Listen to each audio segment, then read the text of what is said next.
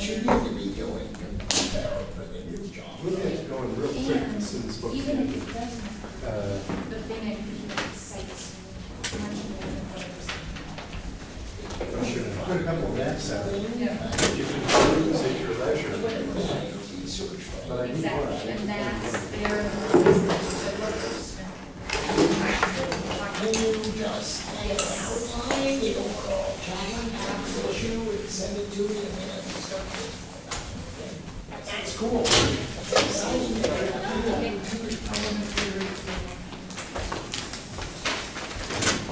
When we get to Washington DC, I will find a map that will become our map. It will be free. Here are some from other years. If you haven't been, how many of you have been to DC? How many of you been to DC where it was an 8th grade civics trip? This isn't going to be experienced in Washington DC like a few others. And there are a couple of reasons for that. One is that we have been engaged in this seminar for over 30 years, which means we've literally watched people grow up. So we've watched people go from student interns to undersecretary of agriculture and natural resources. Literally. And that kind of access just is hard to reproduce. Also, we're the beneficiaries of being the Mark Field School of Government, and the senator remains deeply respected in Washington, D.C. And his staff legacy is one of the most incredible legacies that he produced. His staff was gold standards in D.C. And they're just all over. I'm surprised even now, after having done this for years. Yeah, so myself, when there'll be times when I need to call some trade association or interest group or office, and like 1 in 3 times the person will say, "Well, I interned with Senator Hatfield in 1978." That's the start of the conversation. So that is a legacy that's hard to reproduce. And then the other is that the model that we use is a model that is unique. I've had folks who have been employed in Washington, D.C. for years, 10, 15 years, who attended the seminar and have a basket full of experiences. So there's some pretty cool things. How are we doing? We still waiting? He's coming right now, so. I think the question in BC is there is an opportunity if you're more of an Yeah. And that was a Marcus, did you take pictures of me that you have with this? Do you want to keep it? No, that's it. No, that's great. Pictures. Okay. So one of the, that is great experience. You know that we think we're going to take a tribal version of this back with Roy.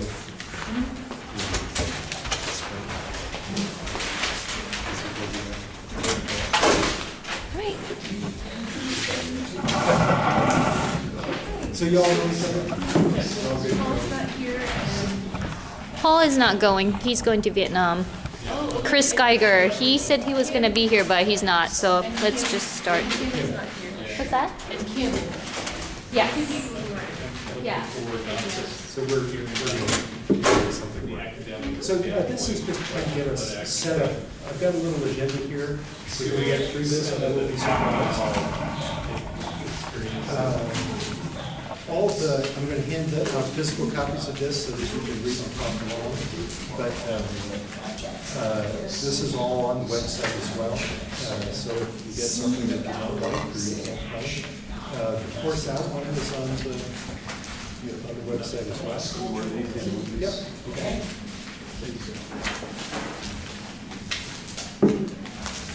See if that works.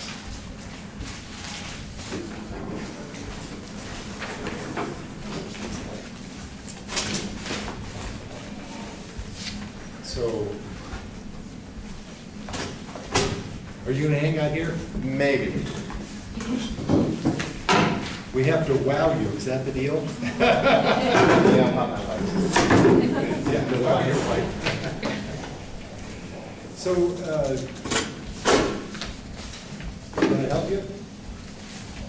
Put my keys. Oh, that I can't help you with. Thank you. So, you know, when I do this and I have a little bit more time, I usually start by trying to make sure you get a sense of the geography of Washington DC, the political geography of Washington DC. So here's a thought experiment. If you take a map of the Atlantic seacoast, and you think about where Washington DC is, Washington DC kind of is at the southern end of what we think of as the built portion of the eastern seaboard. When you start going south, you start getting space between the cities. But when you go north, you know, it's essentially an urban-suburban zone all the way up to Boston, which is interesting. So Washington, D.C. is the southern anchor of essentially that region. It also is very much a southern city. You go north to the Gettysburg Battle, which is something that most of us don't think about very much. And when you think about it, it is that little island that looks a different color on the map of the Atlantic Sea. And there is a reason, and that is because it is an intentionally designed, constitutionally designated federal city, which creates all kinds of problems for Washington, D.C. per se. You know, Washington, D.C. Is essentially a creature of Congress, in fact, a creature of this particular committee of Congress. It has a home rule charter, so it gets to elect its own folks, within reason, act independently. But there's still an oversight committee has all the responsibility for the affairs. So it's unlike any other piece of geography in America. It was essentially leftover land between Virginia and Maryland, and it was largely left over because it was a swamp. And so if you're a member of the Army Corps of Engineers, you ought to get very interested in Washington, D.C.'s plight, because as the nation's engineers, they've repurposed them. They've buried a whole bunch of streams, the tidal basin. What do you think they call it, the tidal basin? Yeah, the Potomac is tidal to the falls, and they actually have to manage tidal flow with the tidal basin, because this is all swamp, it's all that water.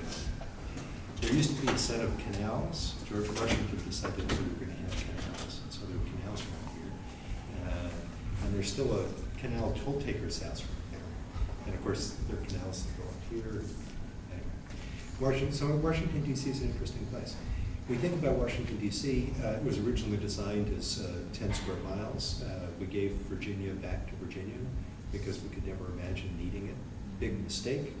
We now have a whole bunch of government offices in Virginia over here. But it's relatively small when you think about it that way.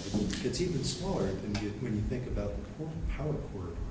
Put your finger on the White House for me.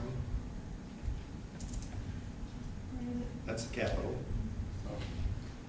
White House is towards me on Pennsylvania Avenue. There, halfway down, right here. Right there, okay? That is about half a mile, you know? And that's the whole deal. That's the whole deal. So, I mean, it really is. This is where a ton of agency headquarters are. Supreme Court is here. The office buildings are here. And Union Station is here. This used to be in the 1800s. This was a whole bunch of railroad tracks and shacks. This is the Smithsonian. So it's really an interesting place when you think about it. It's very condensed, very small. There's a height limit on building construction. No building can be taller than the dome of the Capitol. And not the Washington Monument. Except for the Washington Monument. But it means that it feels very much like Portland rather than Chicago. It doesn't feel tall and big. It feels small, feels very walkable. We're going to be spending most of our time here. The hotel that we have reserved is on L Street between 19th. So it's right in here on L Street, Quincy, hotel But we can inventing. just count simply, right?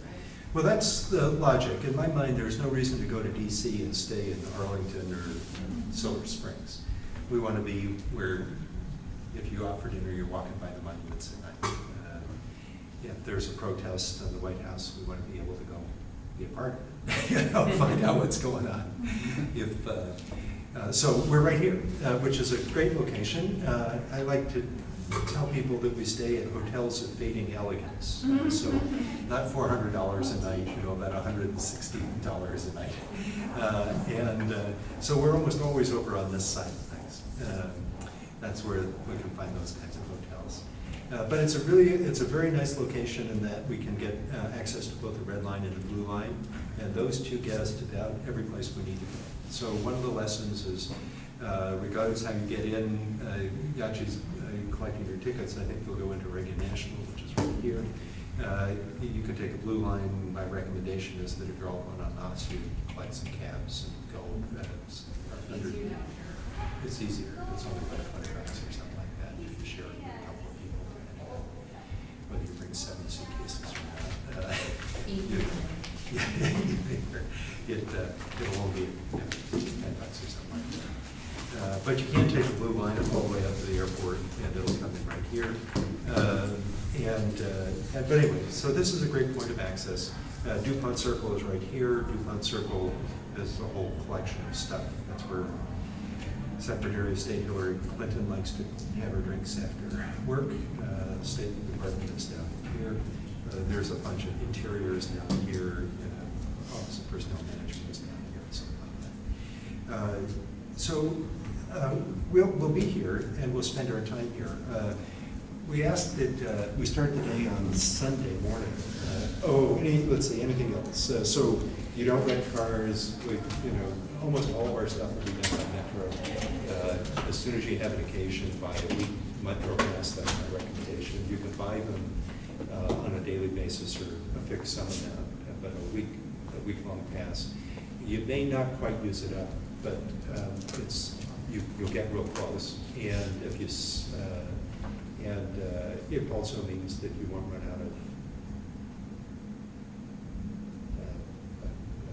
money when we need to get out. So we won't leave you behind because it's a low person pass. There, almost all the time it'll be walking and Metro. There may be, I don't have the agenda organized in any sense of detail yet. Can you give us an idea of what the cost will be on Metro Pass? Yeah. I ought to be able to give you an exact cost, but I probably can't. It's not all that much. It's like $25 for the week. But we'll get that exact for you. You can buy them ahead, but you can also just buy them when you get there the first time. They have a bunch of kiosks. Well, I'm trying to plan for my expenses. Yeah, you can. The whole thing. We'll get you exact numbers on that. Okay. I don't know what the per diem and rate is for Washington DC. Yeah. Well, we usually beat it. The hotel starts by beating it, and then, I can just tell you now that we'll have a group dinner on Sunday night. We'll eat together on Tuesday night, and on Thursday night we'll have kind of a wrapping up dinner. And those will be the ones that we eat intentionally together. Sunday night we eat at a Chinese place that is open on Sunday night, which is one challenge, and second of all, to accommodate us without kind of hurrying us out.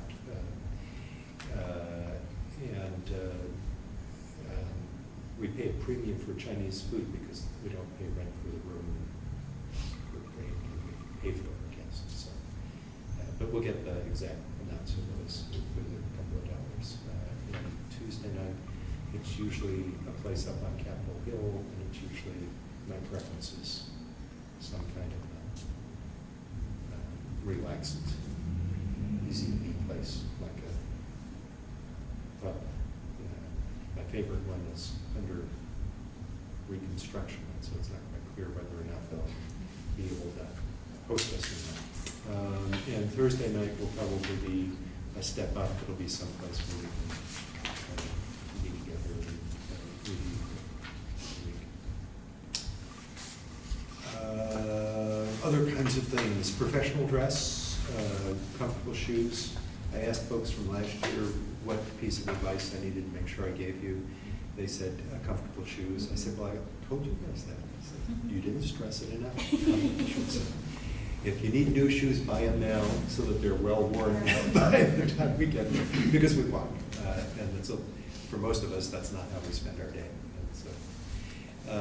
And professional dress, and be prepared for weather to be variable. The time of year that we're there.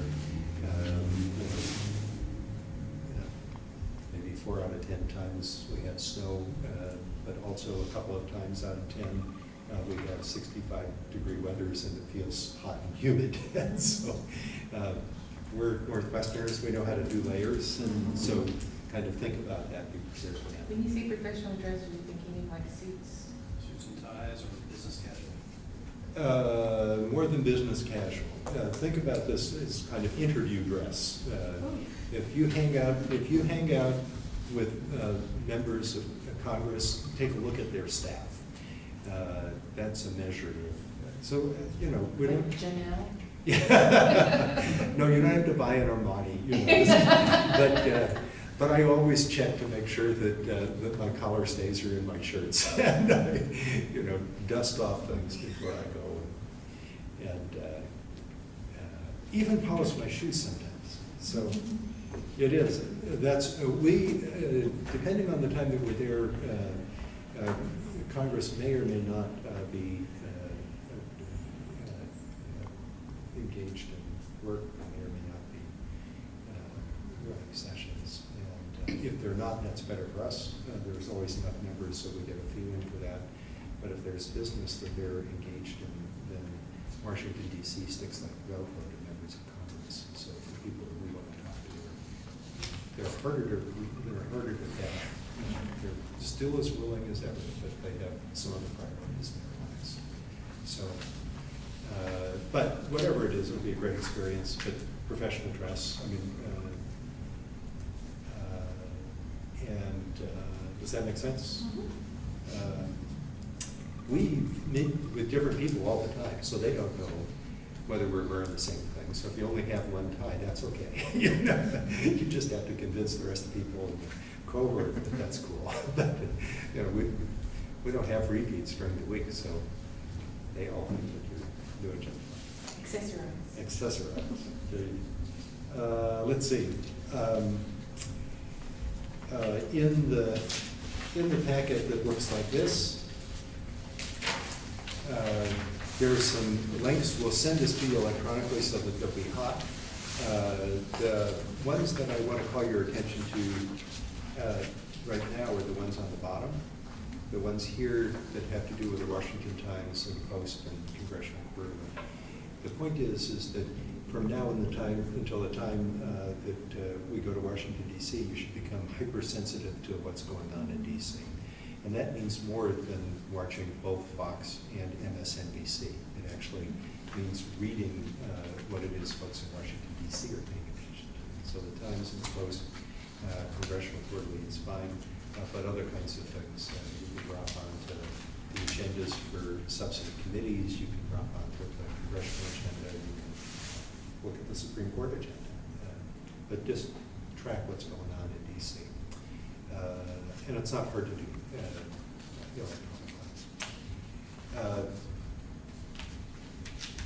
Briefly, the logic of the week. The logic of the week is, we'll use last year's agenda. Pretty good looking picture. Just a couple of years ago.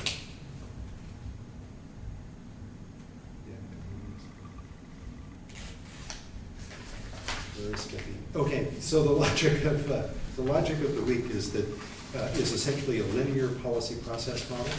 So if you think about it, although most policy making doesn't lie flat and it's linear, we can sequence it through time. And so there's always a challenge in how it is that we get an idea onto the policy agenda so others will pay attention to it. And so that's how we start on Monday. Oh, on Sunday Sunday, there are two things that we do as a group. One is in the morning, we take an unconventional bus tour of Washington, D.C. It's the only time we can drive around D.C. I want to make sure that you have a sense of the geography. I also want to make sure that you get to some places that you wouldn't get otherwise. We'll probably stop at a couple of sites to see that are a little bit harder to get to on your own, like the Jefferson Memorial or the new Martin Luther King. Maybe go up and see whether the National Cathedral is still glued together or not, you know, the guard coils are still falling off. We'll see whether they'll let us on the campus. But we'll spend some time trying to get a sense of Washington, D.C. Washington, D.C. is an interesting city for all kinds of reasons, and we'll do a little bit of that history and cultural geography on that trip. We'll get back in the vicinity of the hotel about 1 o'clock. That's a good bet. The afternoon is yours. Most folks spend it on the mall, at the Smithsonian's, or at the galleries. The National on Sunday. Sunday. Day one. Day one. The National Gallery, the National Portrait Gallery. The Phillips collection is right up behind us here. One of the great Impressionist collections. It's a private collection, so you have to pay for it. But anyway, there's all kinds of stuff to do. You get an automatic half if I discover that you spent Sunday afternoon watching football. There's no reason to go to DC and not take advantage of what's there. So get somebody to tape that. Get somebody to tape that TV game, that football game. That's that important for you. We gather for dinner that night, and I invite some people that can help us understand what it is like to live in Washington, D.C. So I usually try to have somebody that's reasonably new to the move in, and then Washington, D.C. is increasingly a place where people decide to maintain their career, which is new. And by new, I mean 10 years, 15 years. My generation of folks in D.C., almost all they would rent, they would be gone, they would come in for a couple of years, they'd go back to wherever they were from, and then if they decided to come and stay here, they would be in, Maryland or Virginia or something like that. But Washington, D.C. has become a town that's attractive to cultural creatives like Portland. There are a bunch of people that move here without jobs, and not necessarily to work with government, although government is still the reason people are in Washington, D.C. That's a great restaurant town. Part of the answer to the question of how much it costs is your decision. It's really easy to eat dinner someplace for $100 a person. That's not hard to do. But there are also food carts and sausage stands, so that you can eat for $1.50. So everything in between. There'll be a couple of times when I tell you you don't have much choice, that we've only got X amount of time. So go down to the Senate cafeteria and find something to eat, or there are 6 sandwich shops between here and Brookings Institute. Find something that'll keep you going. But other times we'll have, an hour and a half or something, and then you're free to wander as long as you get to where you need to be. All right, Monday we'll start with inputs to the policy process, either with the Congressional Budget Office or the Office of Management and Budget. And one or the other will get a sense of the budget cycle. The budget cycle is one of the drivers in Washington, D.C. Congress, the one set of bills that Congress has to pass every year are bills that keep the lights on. And we have not done appropriations straight up in 4 or 5 years. So we'll see where we're at. We're running on continuing resolutions. They have a very short leash on it this time. Some years they've kicked the can down about 6 weeks. This year? Not this year, it's 2 weeks at a time, so we'll see. And not very much of the political work has been done for the big bills. So whether it's a continuing resolution or it's some kind of an aggregated bill or dividing component parts of the 13 appropriations bill, not very good signal, Shad. My guess is that means there'll be a continuing resolution that'll be predicated on last year's. And last year's was predicated on the year before because we didn't get the vote. I don't know how you feel about government, but it seems like we ought to do better than driving through the rear view. Right? So And that'll be going on, it won't be, on my bet is it won't be resolved in a year, or it'll still be, the politics will be very fresh. So, but anyway, Monday we'll get a sense of that, we'll get a sense of how it ought to be, we'll get a sense of how that unfolds. The work in the executive branch, by law, the president has to develop and deliver a budget, which Congress recently has summarily dismissed. But the fact of the matter is it provides the structure of the political arguments around the budget. So actually it does create an indelible line. We also spend some time with other components of the policy community whose job it is to put ideas onto the policy agenda. So these might be trade associations, they might be interest groups, they might be think tanks. But they're folks in all of those different flavors who hang out in DC and have what they think are big ideas and try to figure out a way to make sure that those ideas emerge. And sometimes they're carrying broad-based coalition bags, sometimes they're narrow bags. But we'll talk with some of those kinds of folks on Monday. On Tuesday, it's our day on the Hill. And on the day on the Hill, we will endeavor to have, in the time that we have, 12 different views of Congress. We won't be able to meet with everybody, so we're going to have to do some interpolation. Here are the kinds of folks we want to make sure we meet with. We want to make sure we meet with some personal staff and get a view of an office, some members of Congress's office. Because they really are running a small business. And they're not only running a small business, but they're running it in multiple geographies, right? DC and wherever their home office is, their district. And they're not only running a small business, and what by that I mean they have to worry about logistics, rent, they have to figure out how to keep the lights on, they have to have somebody that schedules work, they have to make inputs into outputs, they have to hire and fire, they have to do all that stuff. And they have multiple lines of business, right? They have legislative business, they have a legislative office, they also have a lot of constituent work, taking care of people's concerns back home. And so they've got a lot of stuff going on. But they're running actually two businesses, particularly in the House, because they have to run for re-election. And it takes enough money now that they're always running for re-election. There's no downtime.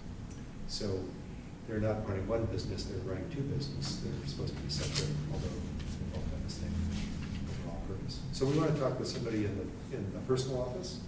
We want to make sure that we talk with we want to talk with people on authorization, substantive committees in the domains of policies that we're following, so an authorizing committee, appropriate subcommittees associated with that primary committee. We want to make sure that we also talk with an appropriations body, because authorization doesn't ensure that you actually get to turn the engine on. You have to have appropriated dollars and principles. And we need to talk to them both on the House and the Senate time, so we have to multiply times 2.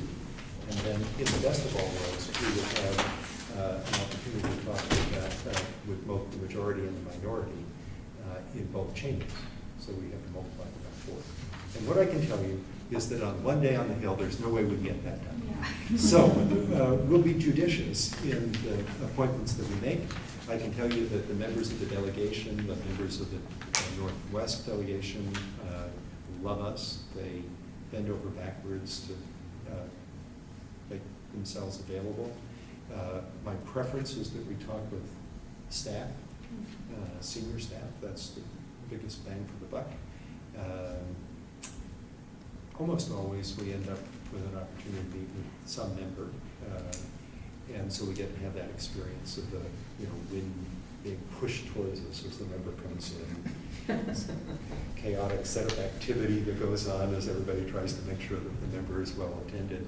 The member trying to figure out why they're meeting with us at this moment and this day, and then they leave. And then, their chief of staff sits down and chats with us for something like that. But we'll have one of those experiences. You get 5 minutes, it's amazing. Yeah, well, we've had Brian Barrett used to kick a staff out. He's an old teacher, and so he would get engaged, and they would say, ring the bells, and we'd say, time for you to leave. Sit down.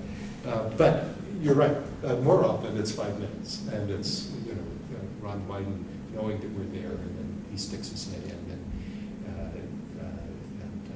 welcomes us, and never does actually get the door fully open.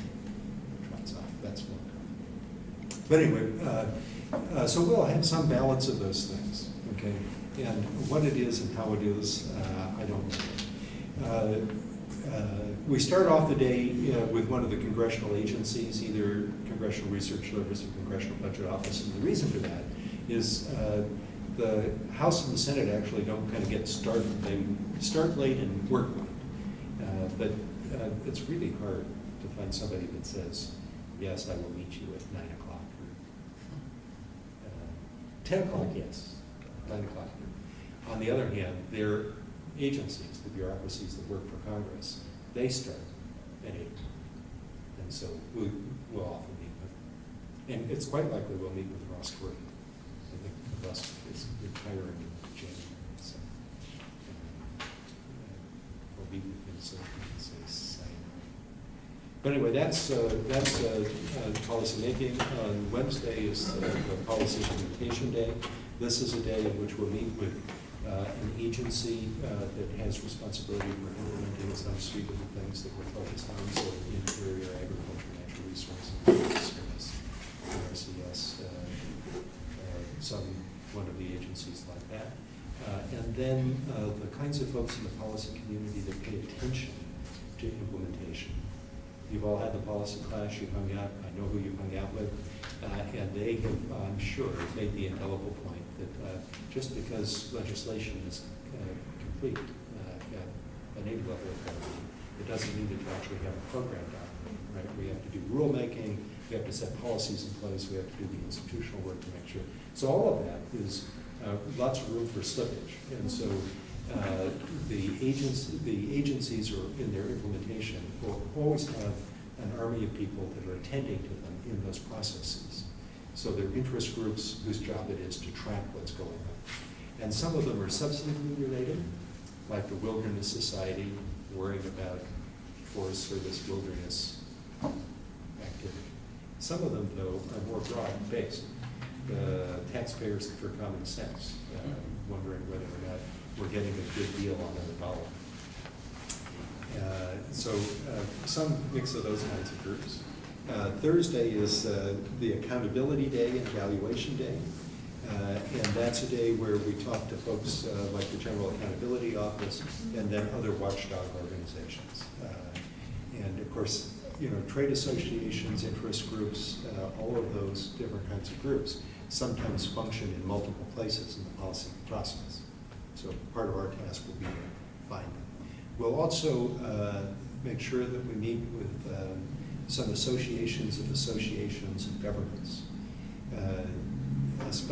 There are just under 90,000 governments in the United States, right?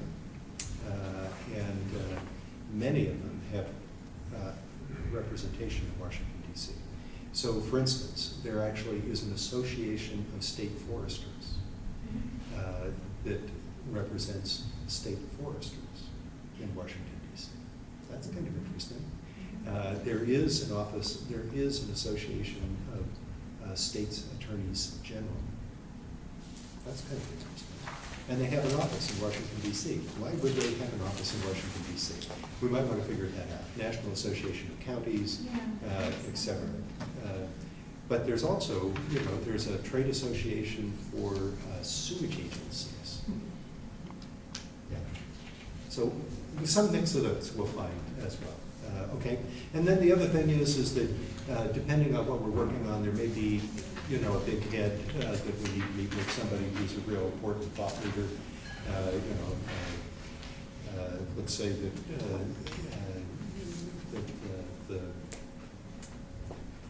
the super committee on debt and deficit comes back with their report, and they will in time go out of our time here. And there's commentary by, let's say,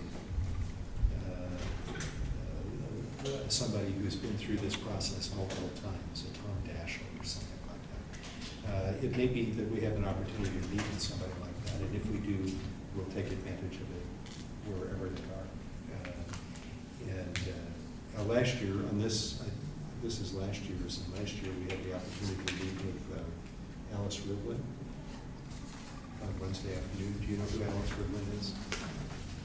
You should Google Alice Rivlin and find out who she is. She's getting smaller all the time, but she's been an advisor on critical budget issues, and she's the only person who was on both of last year's deficit reduction committees. There were two different committees that had parallel tasks, and she was the only person invited to serve on both. She's been director of the Office of Management and Budget and the founding director of the Center for the Congressional Budget Office, and she is she's center left, but she's advised presidents across the line. You say she's getting smaller all the time, you mean just size-wise? Yeah, I don't know, she's like 88 or something like that. And she's very concerned about where we are right now. She's concerned, and so she's giving speaking tours. She was in San Francisco not very long ago. But she's concerned. Her view, just to share it with you, her view is that we need to maintain spending now, and we need to plan for deficit reduction in the out years. And in her mind, after having looked at this from a macroeconomics perspective, her advice is that means we have to do what we did when we righted the ship in the early 90s, which means that we have to have a deficit reduction strategy. We have to kind of have a pay-as-you-go kind of thing, which is the Bush administration actually released the constraint on pay-as-you-go. Bush 2 did. And we have to raise the tax. And her point is there's no blood in the rocks at the bottom, so we have to raise them on the top, that's not a matter of philosophy on her. She just said, you can only get money where there is money. Right, she sounds like a little grandma in a lot of She is. times. She is. She's an elder. She's an elder in the policy community in Washington, D.C. If she said, I would like to come and meet with you, Speaker Byron, we would make time for that. But anyway, we may have some people like that in the agenda. Friday is a day that you have to schedule for yourself. By that, I mean you get to make appointments that further your individual interests. And those, you can double back on appointments that we had during the week. If, let's say, you're substantively interested in education policy, we can get you aimed at that. You can follow your own network and do that. If you need some help, I'm happy to help you. We have good relationships within the delegation, Oregon and much of Washington. And so if you want to find out what Senator Merkley is doing on education, we can hook you up with the person who's the legislative analyst for working on it. So, but that's something to think about on Friday. And you can also get your pleasure. So if you want to watch the people repelling on the Washington Monument, you can schedule that in your time. Okay? Anything about that general logic of the schedule? What I can tell you is that it's not settled and won't be. This year is particularly unsettled and unsettling. So I've talked to lots of people who know we're coming and said yes, but nobody's making commitments. So if I were to send out an email to some people, no. I would just make I can ask for suggestions? Yeah, you can And you would be able to maybe, help coach it. Yeah. if it fit within the criteria? But these, I'm not worried about it at all. It's just that we're not quite in the time period when people are confident about what their calendar is. For instance, talking with the people, either the staff directors on Senate Appropriations, they, three of the people on appropriations in terms of staff, they said, yeah, they're willing to meet with us, but they can't tell us whether they'll be able to meet with us. I'm very confident that some one of them will be able to meet with us. I just can't tell you which one I do. So I'm pretty confident, I'm very confident we'll have an incredible experience. Yeah. What I'm not sure is whose names are going to be on it next. The GAO, we will have, and it'll be a different, it'll be wrapped on person to person. But anyway, the policy issues that I think that we'll be following, certainly one of the things that we will not necessarily be tracking is the pathway through to the federal budget. So that will be a piece, that's a super text. And in Washington DC, right now, the big question is, how do you get work done on X when all the attention is on Y? That's kind of the game in town right now. Very hard to do substantive work, so that will be one piece that we look at. I'm thinking, my interests are environment, natural resources, and so we track environmental resource stuff. And it's likely that we'll do some, the substantive policy stuff that we look at will be in public lands and forests. We do that to segregate some attention. As you've studied, you know that there are power clusters or sub-governments that are around different substantive policy areas. And then different policy issues have their own cloud around them. And so if we stay within that cloud, then we get to see how different people are talking about the same kind of issue. And whether that is your cup of tea or not, I'm not asking you to become a specialist in that substance stuff. But there is a parallel cloud around any policy issue you want to move in Washington, D.C. Okay, so we'll be choosing these for purposes.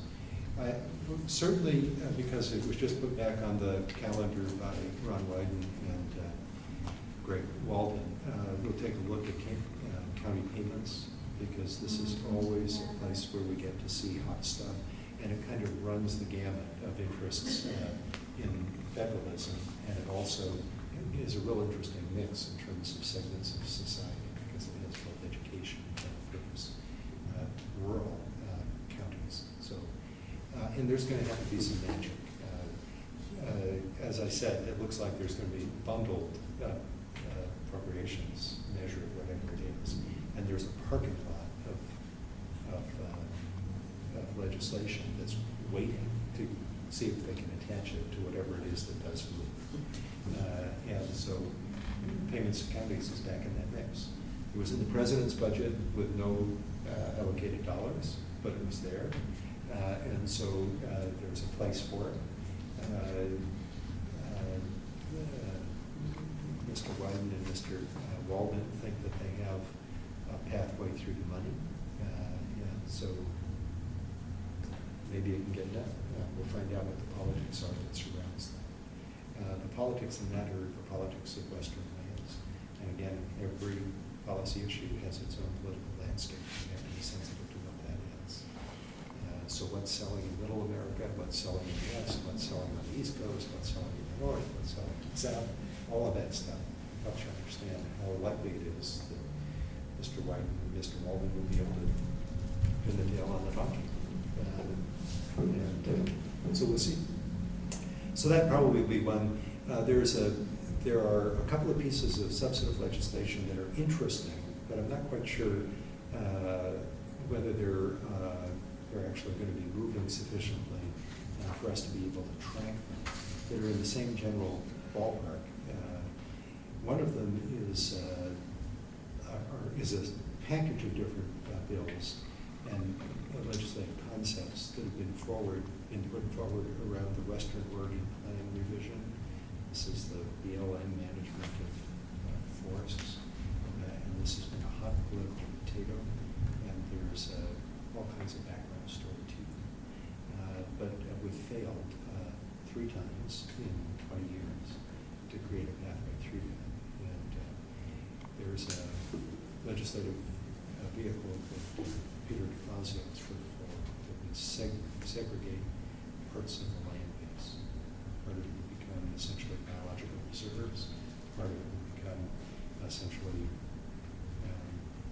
timber production, with a bunch of constraints, not industrial fortune, but roundabout activity. as one solution to that problem. It doesn't look like that particular view is growing very much, but it's caused some other people to put some things in the water. And so there are a couple of other pieces. And so that might be something we can look at, because that's one that is time sensitive. There's also a piece of legislation that the Working Forest Coalition has put together. This is a coalition that Greg Baldwin and Kurt Schrader actually co-created. And it's aimed at the Intermountain West and areas in which we have overstock stands that are fire related.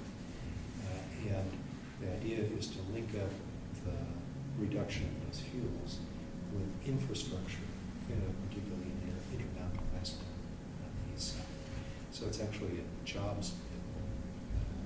Has a lot of elements from President Bush's Healthy Forest Initiative, but the new link is around infrastructure.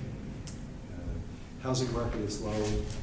Wood's not coming off private lands. In the area that we're talking about, there's not very much private land. It's all public land.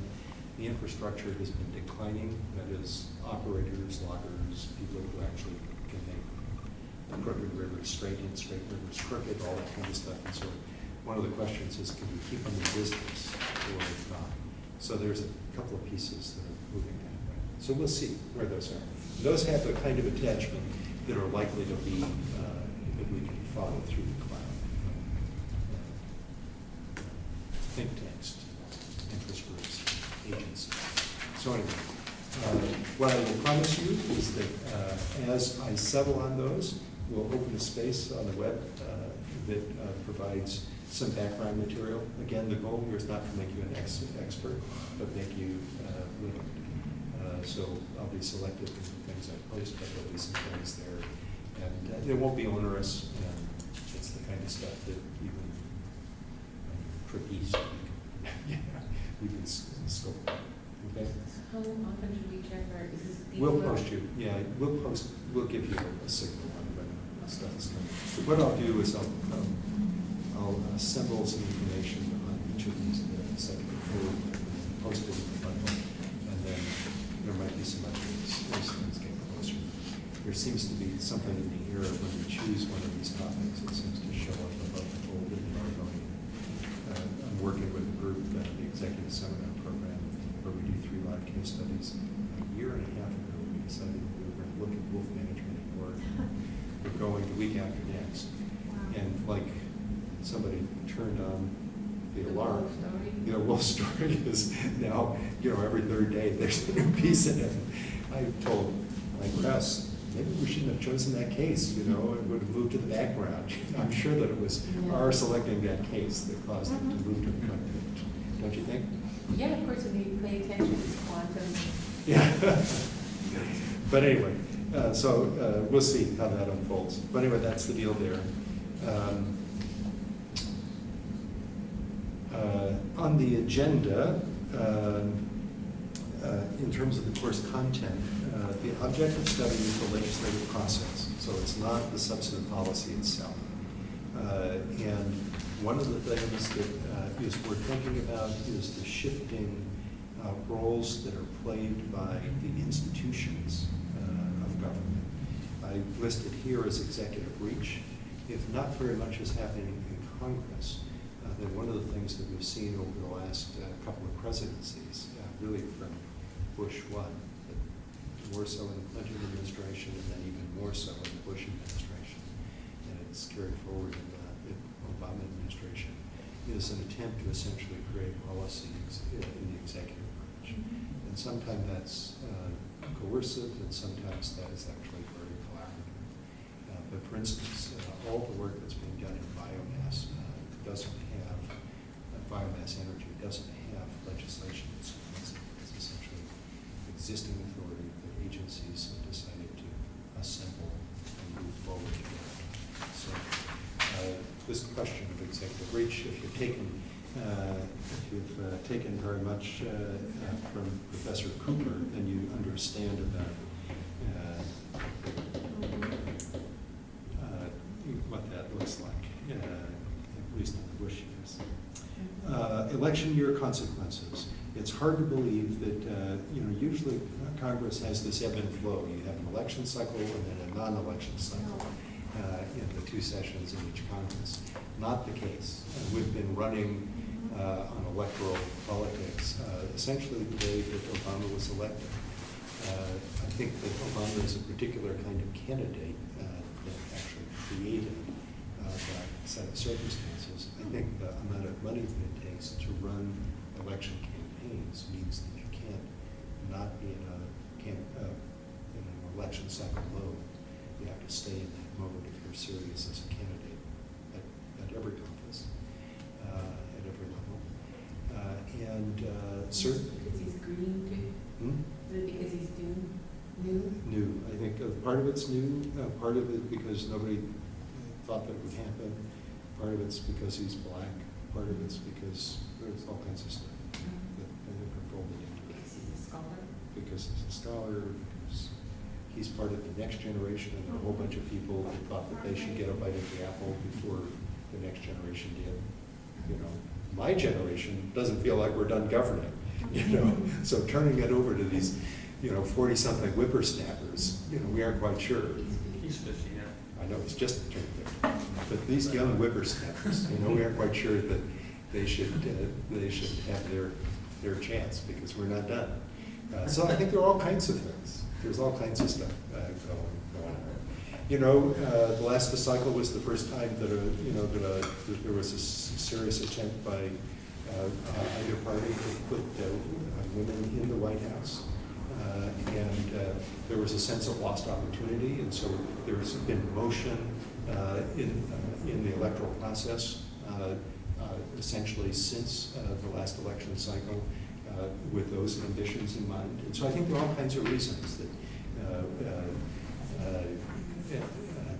we seem to be in a constant election mode, but that's part of the story, and so we're going to need to kind of look at that and see that.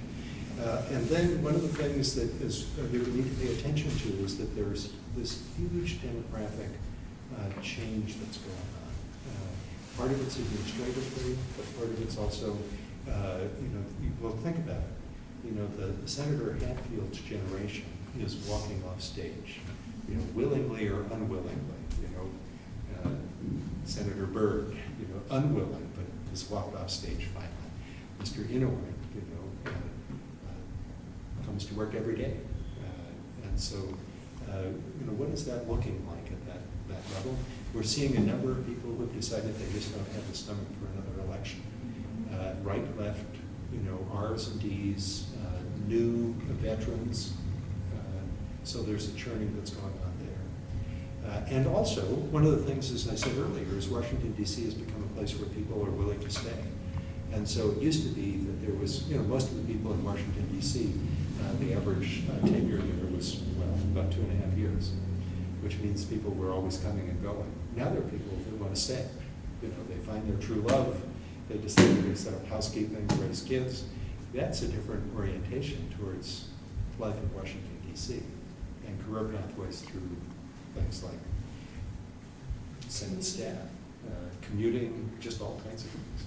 So what's going on demographically in Washington, D.C., and what does that portend as we go forward? Does it really mean that we're going to have a more insular city?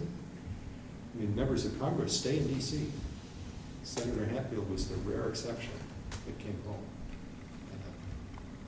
Washington, D.C., in the power corridor where we are, my guess is that when you stop for whatever it is you stop for dinner, in one of the nights that we're there, you'll see a former member of Congress. You might not recognize them, but it's very, very likely that you'll see people, because they're staying, they're just staying. And not all of them are lobbyists. Some of them go to work in agencies, some of them go to work in think tanks and stuff. Some of them do lobby, but they stay. It's just it's a change. So that's another thing that we want to look at. We've got 10 minutes left. I have a question. Yeah. About the books. Are we Yeah, going to buy right. them? No, they're coming. And the books that you, where, do you have those? So here are a couple of things. Let's talk about the books. And we have to read them and write these short. Write short papers, yeah. So let's talk about that. Everyone has this, right? So everybody's got this, right? And you all have them. You haven't taken 533? No, I don't have that. Okay. We'll get you this. But all of you have the foundations book. And the Foundations book, if you read the policy chapter of the Foundations book, that's the Reader's Digest version of about 3 books like this. Okay? So start with the Foundations book, because it gives you easy reading through the description of the policy models. Chapter 1. Yep. And then this gives you an enhanced understanding of that. So we can read the whole thing? What? We can read the whole thing? You have to read as much as you find relevant. You reviewed it already, right?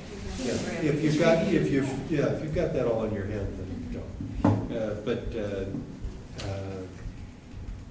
it will be helpful. And on this thing here, I've attached a number of the models that I think are really important for you to know. An interest-based model, and my explanation of that model, policy actors model, and then the linear model that I've already described for you. Those are, and then this one. This is so much easier than Marsden's model. They are. But this model is another important one. This is the one, the slot machine model of the windows of an slot machine. Like a slot machine, you have to get it all comes up when, yeah. So what's hot, what's not. What that one says is there's a matching process with policy problems, policy solutions, and opportunities. And if you get them to line up, then we get an outcome. And so a big part of leadership has to do with setting the conditions in which we get those things to line up. Sometimes it happens by chance. More often than not, it has to do with framing. It has to do with management urgency. It's getting 10,000 people to occupy Portland, you know, whatever it is to create the moment that you get a match. So, and bureaucracy, Yeah. we did recommend. So recommended but not required is this book I have that from the org class. that Yeah. kind of work, okay? Yeah. It doesn't matter what edition of it is. Again, I should look at the same list you are. So here are the other 2 that are on the top half, not on the recommended list. Richard Cohen's book is about the Clean Air Act. There are about 6 books that are book-length treatments of legislative process. This is the most recent one, and it's the one that's in closest proximity to the stuff that we're going to be looking at. And it's aimed at exactly the right time. So this looks at the essentially the Clean Air Act passage in 1990, which may seem like a long time ago. But in terms of legislative history, this is the period of time when legislation of big ideas became impossible. And so this is the story about the deal that was made on one of these last big idea kinds of pieces of legislation. We've done a couple of other things, the Healthcare Act, No Child Left Behind. There are a few others. But this describes the kind of work that it takes to pull that kind of stuff off. So that's why that's there, and it's short. The dance of legislation is 3 times as long, which is the other one that I'm going to choose. This is dreadful, except it's the best thing that is available to do the job. What this does is it looks at the policy actors in Washington, D.C. It's dreadful only that it needs updating. There are pictures of, with people with 1977 haircuts and stuff like that. But it actually is quite good, because what it does is it goes through the different policy actors in a very short chapter. So it treats the lobby, the media, Congress, courts, et cetera, in very short order. So it gives you just a great feel for policy actors without having to become a political science major. Okay. So there's a chapter on bureaucracy. This is clearly better, but you're getting it. Okay. So that's why that's someday we may meet with Charlie Peters. I've been chatting with him. He's focused now on the changing role of media. The media in American history has been seen, if you will, as the fourth estate. And the notion was it was a place that was... Because of the controversies? Yeah, well, so what's going on now? There are just lots of different things. The media has changed. It used to be that the newspaper served as a common text for democratic discourse, right? The discourse among parties. Now, you either read the Times or the Post, many read both. Not very many read either anymore. They may get it online, but more likely, condensed, edited, targeted for you, along with their advertisement. So, you know, so what happens to the common text? And Peters is interested about that. The dominance of electronic media and self-select media rather than common text. He's interested in that kind of stuff. And he's an old hand.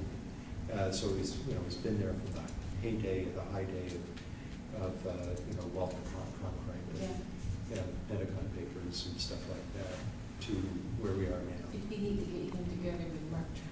Yeah, right, yeah. But anyway, we may get to talk with him. I don't know whether he's going to say yes, but he's warming up to the idea.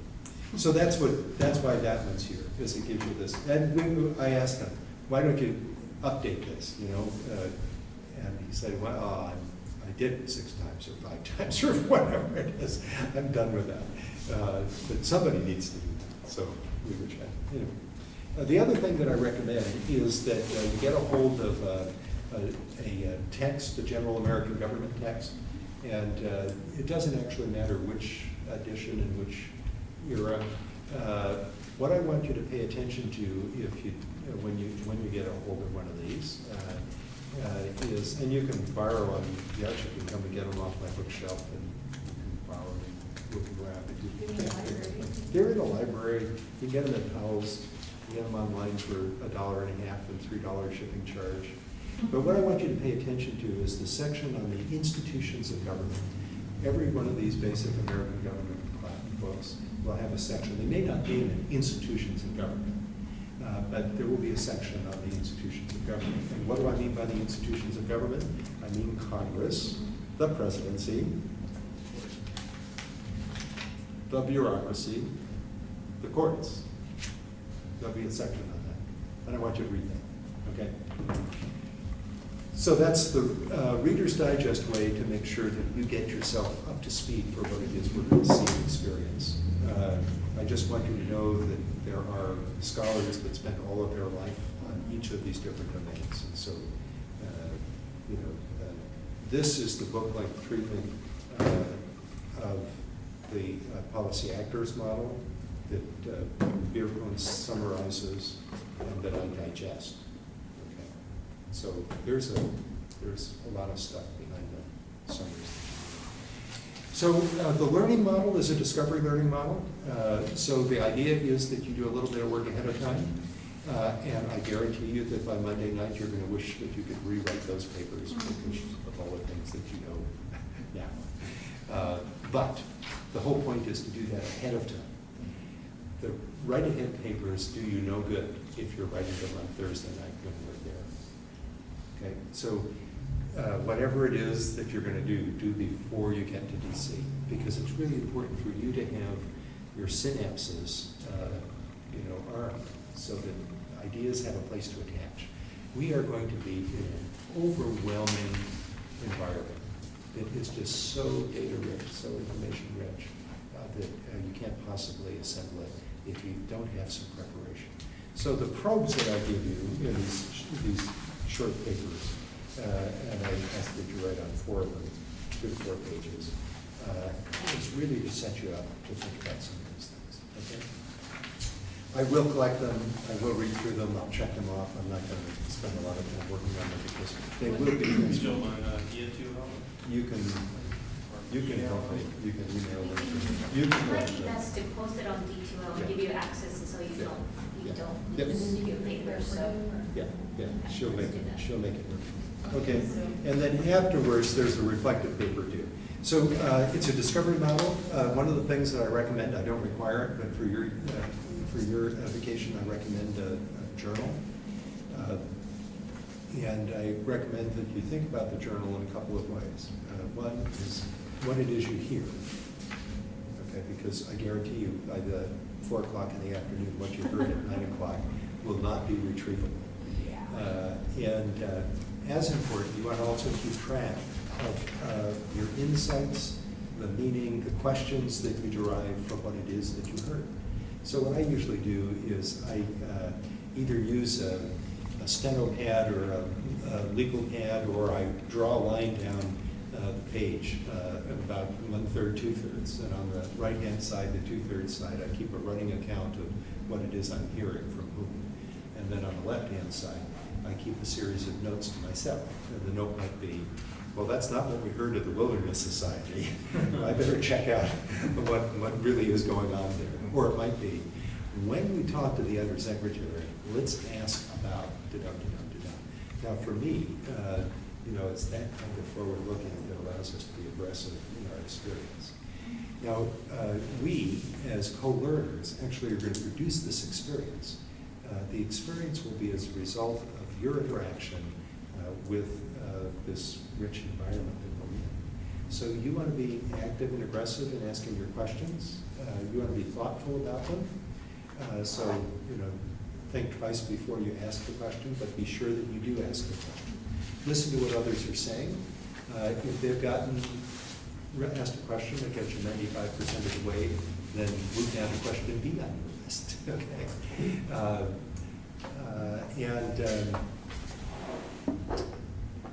And so anyway, that's how we're going to get through the day. There'll be times, some informal time when we're walking. There'll be some times when we can clump up and you can ask me questions and you can ask each other questions to try to make sense out of things. On Tuesday night, we specifically will be doing sense making. That'll be the charge for the evening. As soon as we get done on the hill, whatever time that is, we will, repair to someplace and we'll have a family meeting about what we think we've heard and what's going on and what did we not see. Perhaps more. I don't promise to answer all of them, but we'll talk about it and see what's going on, and that'll set us up for the next little bit. Okay. When you get home, you write a reflective essay. It's actually therapeutic to not write it the day you get back or on the flight back, but you actually have a little bit of time to digest. But it is therapeutic to write it, sooner rather than later. So, sometime over the winter break, maybe, you find some time to write. And I'm happy to read it and send it back to you if that's helpful. Obviously, the interest is in the reflections that you have over the experience, and the evidence for the argument that you make in the paper that you write has everything to do with what it is you experience in Washington, D.C. There are a bunch of probes in here for the final paper, like is Washington broken, or was it designed that poorly? You can talk with me while we're in DC if there's something else that you would like to take on. This is just a set of probes. You don't have to choose one of these. But you do want to write to something in the final paper. It's not just this is what I did on my summer vacation. That's sums it up in the reflective paper. Okay? Questions for me? Well, I think one of my objectives for this trip to Washington, D.C., and what I might do on Friday, is try to talk to my boss where I work to see what kind of, is the National Science Foundation something I can go out there and do something like that? It might be able, and legally not take vacation. Yeah. No, good. Yeah. Very good. No, you bet.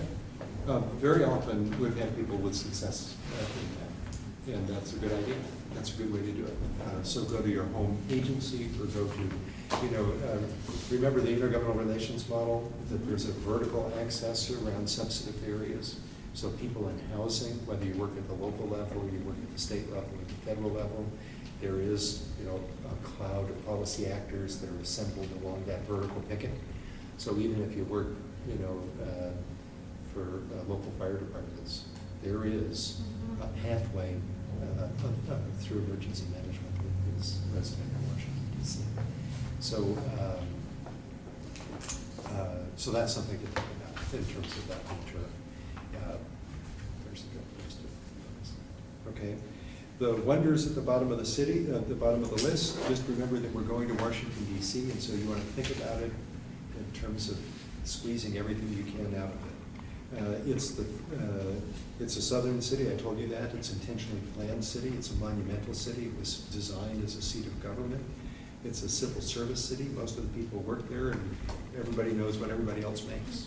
That's kind of interesting, Their level, So, yeah. right. So think about that, whatever that is, the New Jersey housewives or whatever, when everybody knows your business. They know who you are, how much you make, who you're connected to.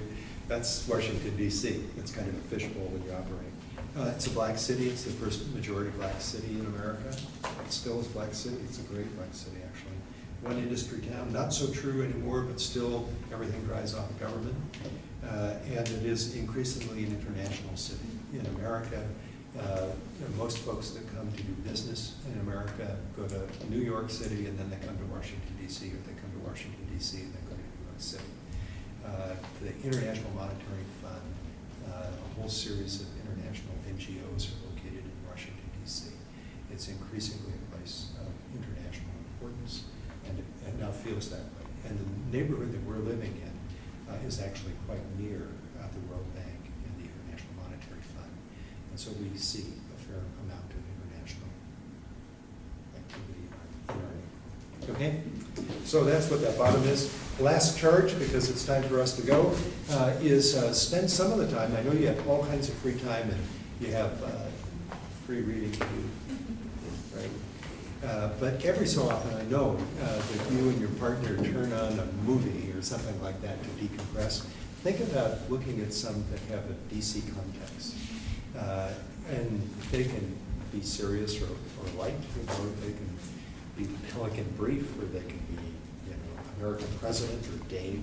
There are just so many movies that are centered in DC. Kevin Kline. What? Mr. Pacifico's about, that's right. And because what happens is we're going to be there. What's the one where the guy is stealing the Constitution out of the National Archives? National Treasure. Well, that's another one. But the thing is that we're going to be here. We're going to be walking down those little streets. We're going to see the background of the Lincoln Memorial, you know. And so freshen up your ideas about what's going on in D.C. You know, read the Margaret Truman murder series, you know, Murder in Union Station, because she gives very fine descriptions. And you can go find the place where the body was, you know, at Union Station. So get yourself cranked up about D.C. On the margins. Sounds like you like this town. Yeah. Yeah, it's good fun. I've been there several times, and I've never had a sightseer, I've only been there. Yeah. That's right. Well, that's how a lot of people experience it. And actually, my experience in DC has several different points in history.